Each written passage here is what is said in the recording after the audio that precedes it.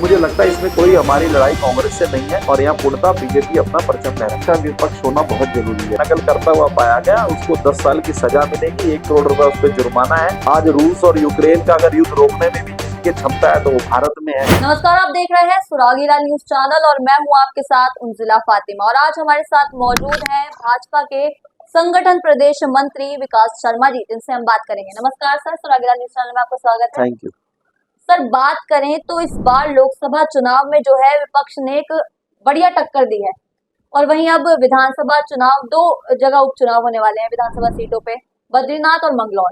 तो क्या लगता है? देखिए, उत्तराखंड में तो मैं समझता हूँ कांग्रेस कहीं आ नहीं पाई है, क्योंकि जिस हिसाब से हम सारी सीटों का अंतर हमारा रहा है तो 2.5 लाख 3 लाख से ज्यादा का अंतर रहा है। और यहाँ जिस सीट पे हम बैठे हैं नैनीताल लोकसभा, इसमें भी हम लगभग पिछला रिकॉर्ड तोड़ते हुए, जबकि परसेंटेज ऑफ वोट की कम थी, फिर भी हमने 3.5 लाख वोटों से ये सीट जीती है। और ये रुद्रपुर विधानसभा तो हमने 67,000 वोटों से जीती है। यानी अजय भट्ट जी ने अपना स्वयं का रिकॉर्ड तोड़ा है।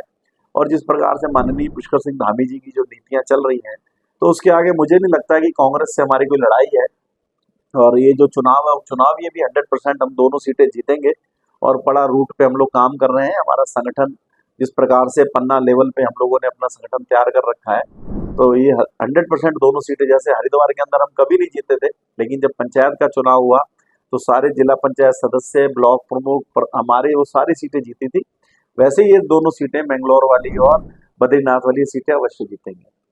सर, बात आई है विपक्ष की, तो 18वां जो लोकसभा सत्र है वो शुरू हो चुका है, जहां एक तरफ एनडीए मजबूती के साथ, बहुमत के साथ वहां मौजूद है, तो वहीं विपक्ष भी मजबूत है कहीं ना कहीं।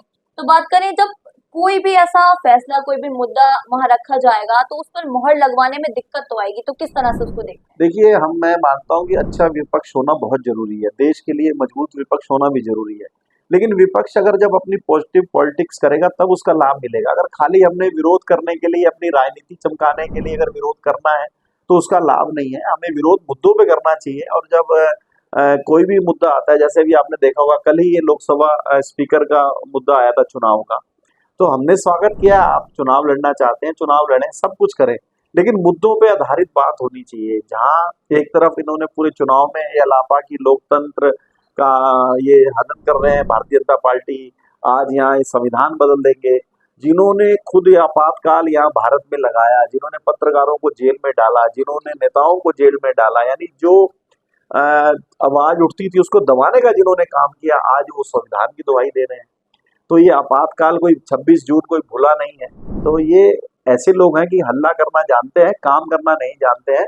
ये मजबूत विपक्ष है। हम चाहते हैं कि उस विपक्ष का फायदा भी देश को मिलना चाहिए। अगर देश ने इन्हें विपक्ष पे बैठने की जो इनको दिया दायित्व, तो उस विपक्ष की अपनी भूमिका होनी चाहिए कि मुद्दों पे बात होनी चाहिए, मुद्दों पे, ना कि खाली हंगामा काट के अपने आप को हाईलाइटेड करने की बात होनी चाहिए। सर, बात की है संविधान की आपने, तो कहीं ना कहीं एक मामला सामने आता है, जैसे कि पेपर लीक मामले की बात करें तो जो हमारे मुख्यमंत्री हैं पुष्कर सिंह धामी जी, उन्होंने कानून के लिए पहल की थी, तो जो कि अब पूरे देश में भी लागू होने जा रहा है।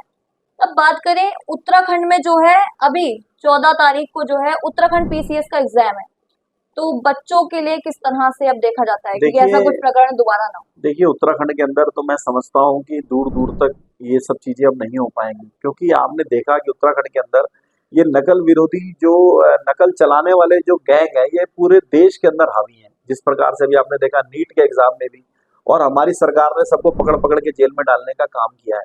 और ये समस्या उत्तराखंड के अंदर भी थी, लेकिन माननीय मंत्री पुष्कर सिंह धामी जी ने, मुख्यमंत्री जी ने, जब ये नकल विरोधी कानून बनाया तो उसका ये असर हुआ। आपने देखा कि जितनी नौकरियां निकली हैं, तो जितने बच्चों ने उनमें एग्जाम दिया है, तो वो लगातार सब में पास हुए हैं, उनको कहीं सोर्स नहीं लगानी पड़ी। जो पढ़ने वाले बच्चे थे उनको नौकरियां भी मिली है लगातार। हमारे मुख्यमंत्री जी ने उनको अपॉइंटमेंट लेटर भी दिए हैं। तो मैं बिल्कुल बच्चों से कहना चाहता हूँ, वो बेटेंशन होकर, बिना किसी लालच में आए, बिना किसी के बहकावे में आए, आप अपना एग्जाम दें। और जो नंबर है आपके, उतने ही नंबर आपको मिलेंगे, उसमें किसी प्रकार की कोई आपको गड़बड़ी नहीं मिलेगी। और जो गड़बड़ी करता हुआ पाया गया, नकल करता हुआ पाया गया, उसको 10 साल की सजा मिलेगी, 1 करोड़ रुपए उस पर जुर्माना है। ये इतना बड़ा कानून मुख्यमंत्री जी ने बनाया, और ये कानून मुझे लगता है कि आदरणीय प्रधानमंत्री जी पूरे देश में लागू करने जा रहे हैं। और ये हमारा सौभाग्य है कि उस कानून को उत्तराखंड से इसकी शुरुआत हुई है। तो पूर्णतः बच्चों का भविष्य सुरक्षित है, या किसी प्रकार की नकल नहीं होगी। सर बात करें तो जो भारतीय जनता पार्टी है, मोदी जी हैं, प्रधानमंत्री हैं, हमेशा उन्हें उनकी अच्छी विदेश नीति के लिए जाना जाता है। बात करें अभी जो बांग्लादेश की प्रधानमंत्री हैं शेख हसीना, वो जब भारत आई थी तो उन्होंने कई मुद्दों पर बात करी। तो किस तरह से देखते हैं? देखिए हमारे प्रधानमंत्री नरेंद्र मोदी जी का विजन बहुत क्लियर है और हमारे जो इवन मंत्री भी हैं वो भी अपने बहुत अच्छी से अपनी भूमिका निभा रहे हैं। हमारे विदेश मंत्री एस जयशंकर जी हैं, पहले वो विदेश सचिव भी रहे हैं।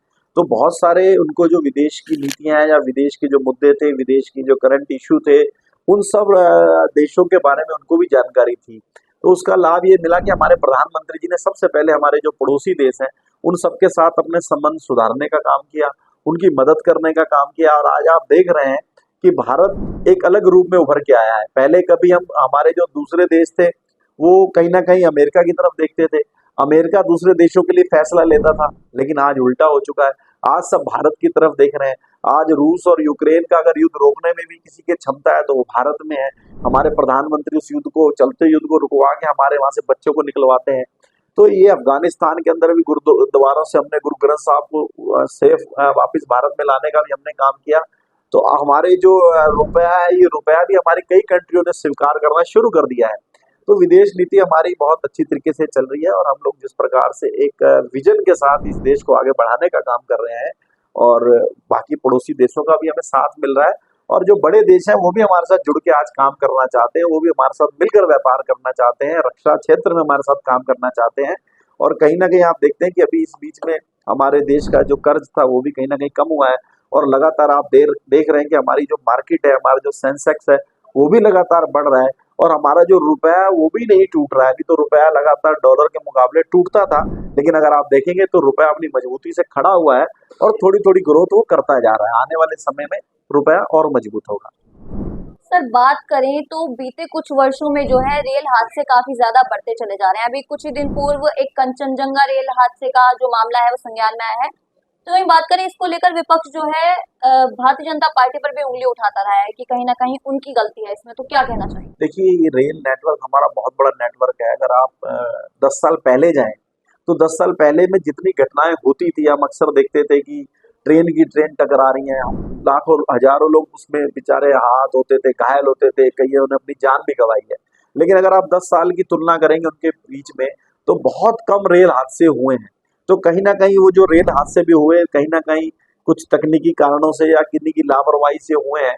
तो बहुत मैं कहूंगा कि रेल हादसों में बहुत कमी आई है और कोई भी सरकारें नहीं चाहती कि ऐसी घटनाएं हो। हमारा प्रयास है कि हम इस रेल सुविधा को और कितना विस्तारीकरण कर सकते हैं।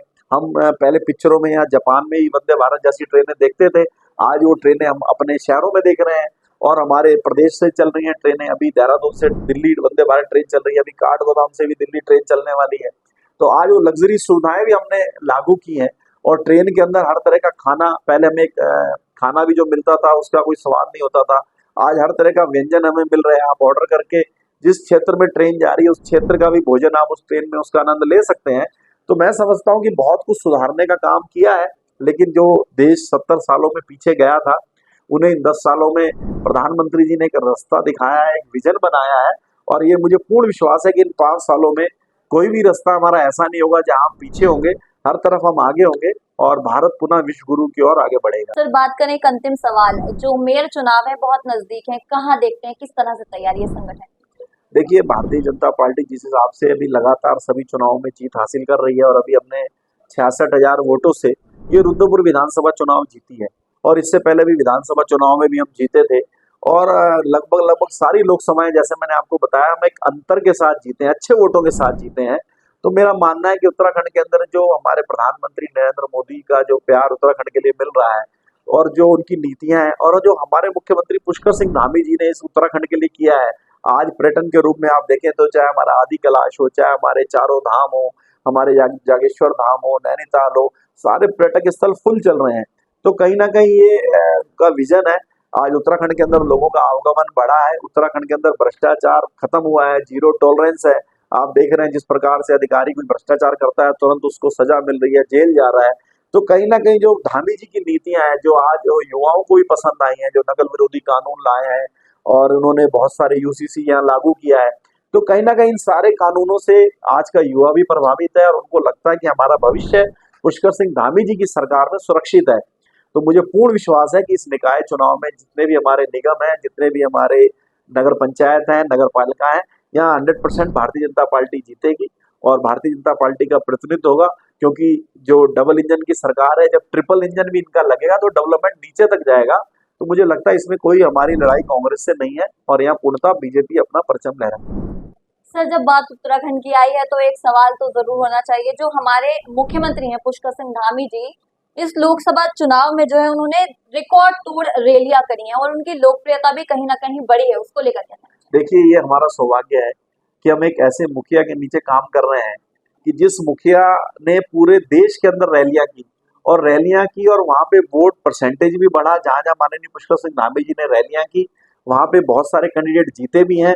और उसके अलावा आज जो हमें मुख्यमंत्री मिले हैं, इतने सज्जन और इतने सरल मुख्यमंत्री मिले हैं कि हाल ही में उनकी तारीफ वैसे नहीं कर रहा हूँ। अगर आज हम उनको एक व्हाट्सएप भी यहाँ से भेज देते हैं, कोई भी प्रदेश का पदाधिकारी, जिले का पदाधिकारी, मंडल का पदाधिकारी उन्हें कोई व्हाट्सएप भी करता है तो उस पर भी तुरंत एक्शन होता है। तो ये हमारा सौभाग्य कि कैसा मुख्यमंत्री हमें मिला हुआ है और वो लगातार जनता के बीच में रहते हैं। आज भी वो दिल्ली के अंदर हैं, इससे पीछे बॉम्बे में थे, उन्होंने पूरे देश के अंदर रैलियां की हैं। वो जन जन के नेता हैं, मैंने बहुत लंबे समय से उनके साथ काम किया है। वो हर चीज को समझने वाले नेता हैं। वो किसी भी चीज के बारे में आप उनसे बात करेंगे, आप अपना विषय रखेंगे तो उन विषयों पे उनको गहनता के साथ करते हैं और तुरंत एक्शन लेते हैं। एक होता है देखेंगे, करेंगे, सोचेंगे, ये उनकी डिक्शनरी में नहीं है। क्या होना है तुरंत होना है और कहीं ना कहीं उसका लाभ जनता को मिल रहा है। तो हम भी कई मुद्दों पे उनको लिखते हैं। पीछे यहाँ बच्चों के पेंशन के पैसे नहीं मिले थे कुछ बीच में, सन 2020 के कुछ गर्ल्स के इंटर पास के जो पैसा नहीं मिल रहा था उनको, तो मैंने तुरंत जब सीएम साहब को मैसेज किया, उसके बारे में बात की, तो तुरंत उनको वो पैसा मिलना शुरू हो गया।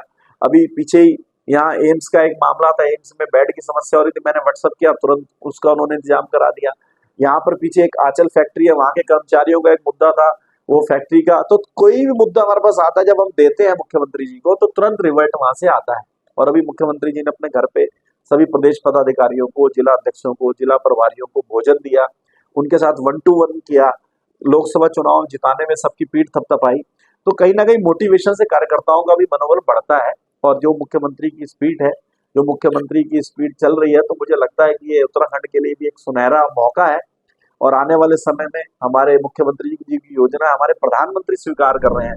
नकल विरोधी कानून हमने लॉन्च किया, आज वो देश में लगने जा रहा है। यूसीसी हमने लॉन्च किया, आज वो पूरे देश में लगाने के लिए हमारी सरकार तैयार है। तो कहीं ना कहीं हमारा सौभाग्य है कि हमें एक ऐसा नेता मिला हुआ है जो युवाओं में, किसानों में, व्यापारियों में, बच्चों में, महिलाओं में, सब में एक समान रूप से उनकी एक पहचान है। तो कहीं ना कहीं उनका जो व्यक्तित्व है, नेतृत्व है, वो उत्तराखंड के लिए सौभाग्य की बात है। तो ये थे हमारे साथ भाजपा के संगठन प्रदेश मंत्री विकास शर्मा जी, जिनसे हमने बात करी। अन्य किसी चर्चा के साथ दोबारा आपके साथ जुड़ेंगे अपनी सहयोगी गायत्री चौहान के साथ। मैं उनसे फातिमा सुरागी।